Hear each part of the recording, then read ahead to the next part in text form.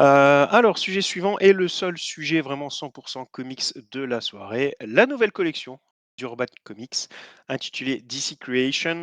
Techniquement, c'est, presque même un teasing puisqu'en fait, bah, j'ai reçu le service presse du, 1 opus de cette collection. Le Et RD voici, VIP le quoi. voilà. Donc Wonder Woman, Harley Quinn, La Souffrance et le Don, mais techniquement, il ne sort que demain. Hop, mais la critique est d'ores et déjà présente sur NCU, mais je vais en dire quelques mots ici. Alors, DC Creation, qu'est-ce que c'est? Heu, alors c'est une nouvelle étape, disons, dans la collaboration d'Urban Comics avec l'éditeur DC et qui permet à des auteurs européens, donc pas forcément français, hein, européens, de revisiter des personnages de DC Comics, le tout édité du coup, non pas par DC Comics, mais bien par Urban Comics. Donc ça, c'est important parce que c'est une approche qui sous-entend également que l'on n'a pas la pagination, la division en numéros US mais bien une publication, disons, un peu plus européenne, soit un livre présenté en un bloc unique, un peu comme le. Bah, je crois que j'avais mis une image derrière, un peu comme les Chevaliers du Zodiaque. Voilà. Donc là, on est vraiment, on va dire, dans, on va dire, une suite logique, dans la continuité de ce qui a tendance à pas mal se faire en ce moment.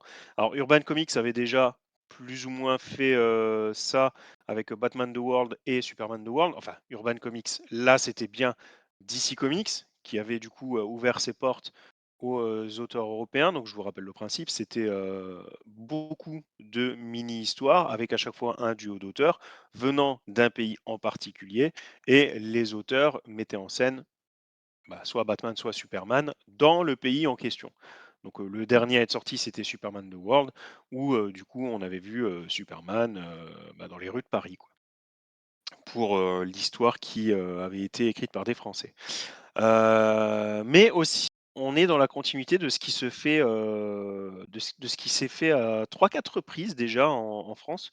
Mais c'était plus du côté du manga, c'est-à-dire le fait de prendre un univers, manga, on va dire. Donc, tu avais Senseiya, mais je crois qu'ils l'ont fait aussi avec Capitaine Flamme et encore pour un autre, je me demande si c'est pas Goldorak. Donc, de reprendre ces univers du Japon, de le respecter à peu près, parce qu'en général, ça là-dessus, ils ont pas trop merdé jusque-là, donc de le respecter à peu près et de proposer une nouvelle histoire sous un format qui n'est pas, du tout le format manga, qui tient plus du format franco-belge, quoi. Et ici, bah, c'est un peu le même principe. Donc c'est-à-dire qu'on a pris, l'univers de Wonder Woman/Batman, slash Batman, puisqu'il y a le personnage d'Harley Quinn. On a repris les codes, on a essayé de respecter à peu près les 2 univers et on en a proposé une histoire inédite au format qui tient plus, encore une fois, du format franco-belge.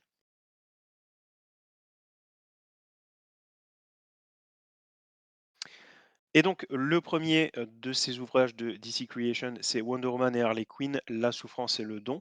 Pour l'instant, c'est le seul titre qui a été annoncé.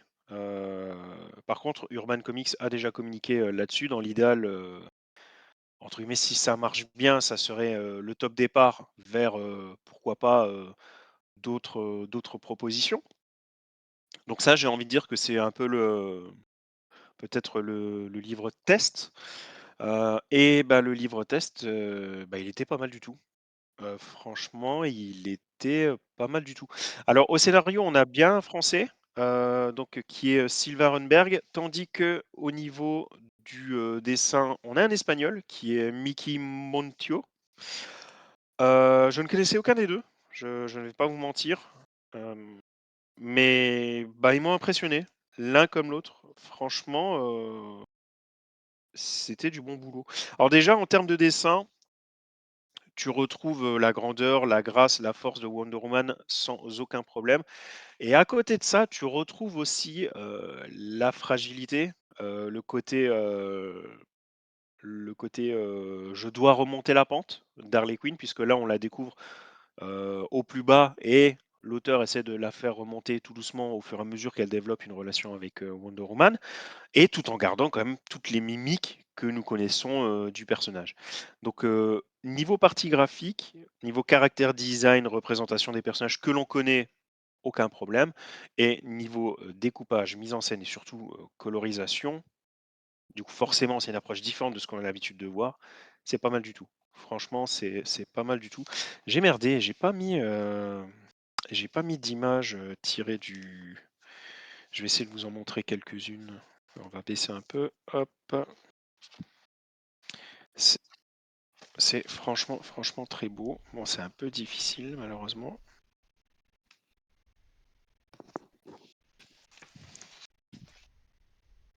Hop. Alors au niveau du scénario, il y a aussi pas mal de choses à dire. Déjà, ce qui est très intéressant, c'est que du fait qu'on est sur un format différent, on est sur une construction aussi qui est totalement différente. Ah désolé Matt. Hem, bon attends, est-ce que je peux vraiment pas vous balancer quelques images vite fait? Attends, moi ce que je peux essayer de faire. Bah, soit tu décides de mettre des images sur de la slide, soit tu les remontes à la caméra et je te mets en plus grand sur le live. C'est toi qui me dis. Voilà. Le fait maison, bien sûr.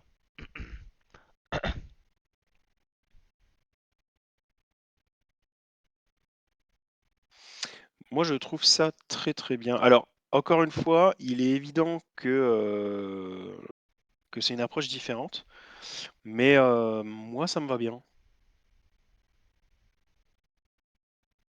Je sais pas ce que vous en pensez vous les gens? On peut pas dire que ce soit moche, clairement pas. Non, non, c'est sûr. Non, moi j'aime bien, je trouve Et niveau que. colorisation, il y a un bon taf, je trouve. Hmm, Il y a mhm, des couleurs assez intéressantes parfois. je suis d'accord. Moi j'aime bien.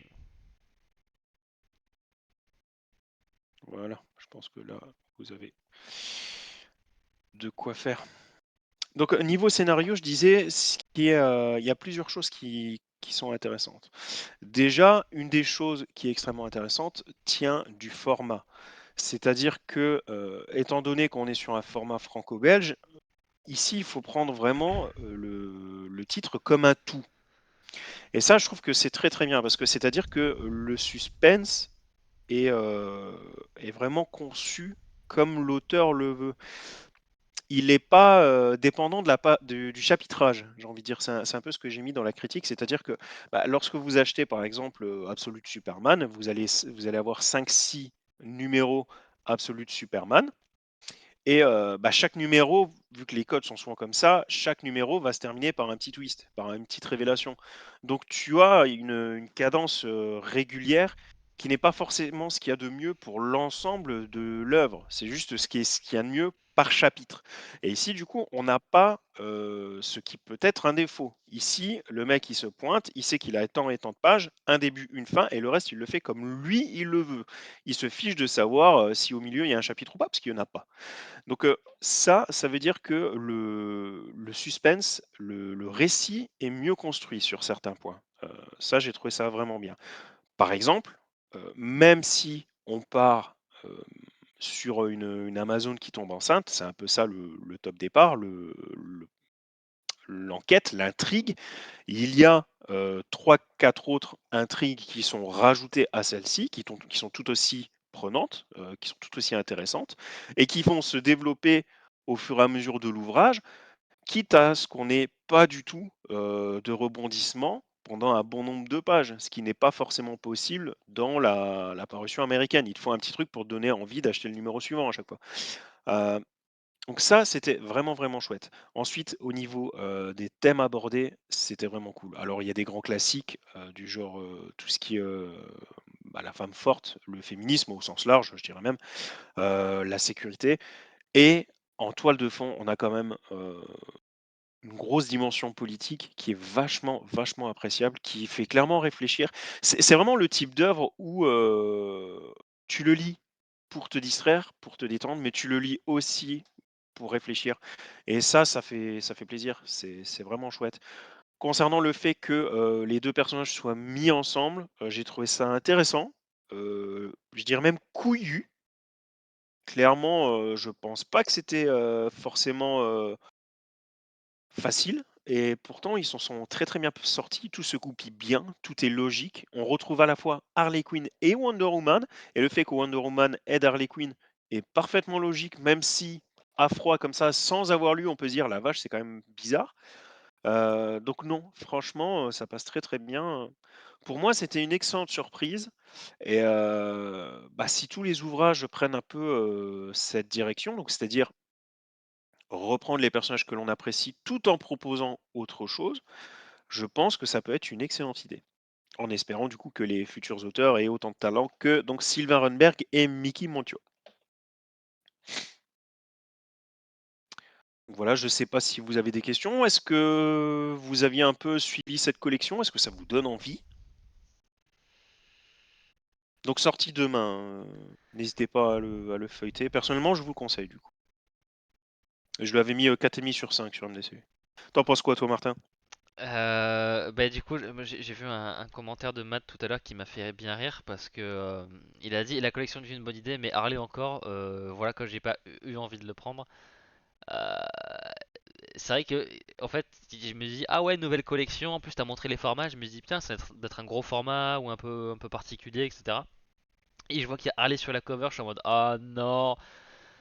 Mais après si Harley est bien écrit ça va, mais enfin, je trouve qu'il y a un peu trop de gens, un peu trop de scénaristes qui écrivent Harley comme Deadpool au féminin et que ça me saoule. Mais après, si elle est bien écrite, il n'y a aucun problème. J'avais beaucoup aimé Arline, il n'y a pas de raison que je Ouais, puisse alors aimer. j'allais justement en parler. C'est pas non plus au point de Arline. Oui, Par je m'en contre, doute. on reprend ici le côté fragile du personnage plutôt que le côté loufoque. Donc souvent le personnage que toi et moi on apprécie d'Harley, Hmm, la facette du personnage que nous on apprécie.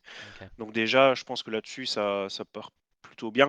Et de manière générale, on s'attarde quand même plus sur Wonder Woman, les Amazones, le côté historique même des Amazones, que sur le personnage de Harley Quinn, qui au final est plus bah, un des éléments de l'intrigue, en mode bah, qu'est-ce que tu fous là en fait? Comment tu as réussi à trouver l'île des Amazones? Tu vois? C'est de nouveau un petit point de suspense dans l'ouvrage, quoi. Alors pour avoir lu du coup le Batman de Marigny, non, je confirme que c'est le jour et la nuit, hein. Marigny, je ne le conseille absolument pas. Celui-là, je pense qu'il peut satisfaire quand même pas mal de monde. Euh, pour Senseiya, ben, l'intégrale, non, je les prends un par un dans le tout beau coffret là. Donc voilà, visiblement il n'y a pas de questions, donc n'hésitez pas.